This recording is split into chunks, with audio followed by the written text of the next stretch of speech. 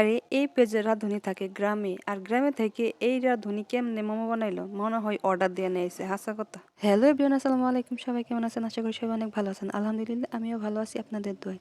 তো প্রতিদিনের মতো আবারও একটা ভিডিও নিয়ে চলে আসলাম আপনাদের মাঝে। আশা করি পুরো ভিডিওটা সবাই দেখবেন।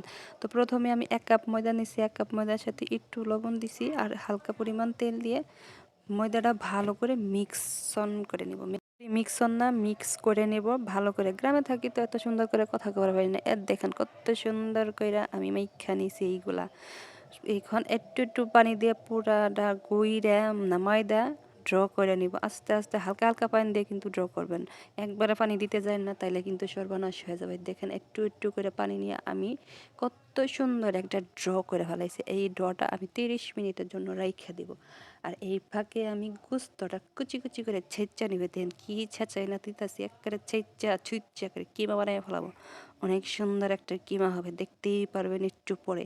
এই যে দেন কত সুন্দর কিমা বানিয়ে ফেলাইছি না, সুন্দর হয়েছে না? একটু প্রশংসাও করেন।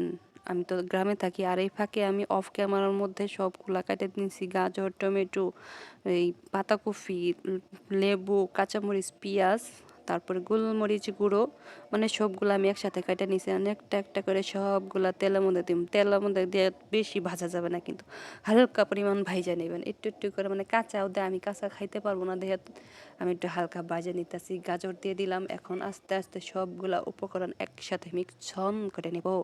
এই যে দেখেন আস্তে আস্তে সবগুলা, মানে হালকা ডিপ আছে, আপনারা রান্না করে নেবেন। যদি গ্যাস থাকে গ্যাসের ডিপটা আর টুনি কমাই দিবেন। আর এটা তো মাটির চুলায়, এত ডিপ কমাই দেওয়া যায় না। ডিপ দিলেই খালি দোয়া বাড়ায় দোয়া বাড়ায়। আমার যে কথা কথি কি প্রবলেম হয়, ভাল লাগে না। এন দিয়ে দিলাম টমেটো। টমেটো দেওয়ার পরে একটু লবণ না লেবু দিয়ে দিম, লেবু চিপ্পা গ্রান্ডেন। দেন এন সুন্দর ডো হয়ে গেছে। এই ডোটা আমি এখন ছোট্ট ছোট্ট বল করে নেব। এই বলগুলো এখন সুন্দর করে 2 হাতে ডলাডালি করবে। দেন হালকা একটু তেল দিয়ে নিন। এই সবগুলা ডো আমি অফ ক্যামেরা একটু কইরা নিছি।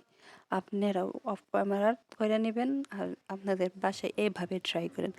আমার পদ্ধতিতে যদি মোমো বানাই খান, সত্যি বলতাছি মোমোটা অনেক খাইতে টেস্টি লাগবে, অসাধারণ।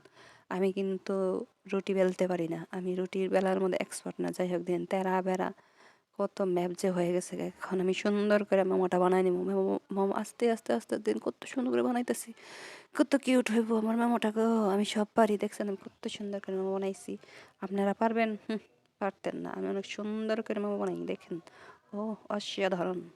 আমি থাকি গ্রামে। গ্রামে থেকেও বড়লোকি নাস্তা রেসিপি যত কিছু আছে সবই পারি। দেখেন কত কিউট কিউট মোমো বানাই ফেলাইছি। হয়তো তাদের থেকে একটু সুন্দর কম হয়েছে, তাই গিয়েছে।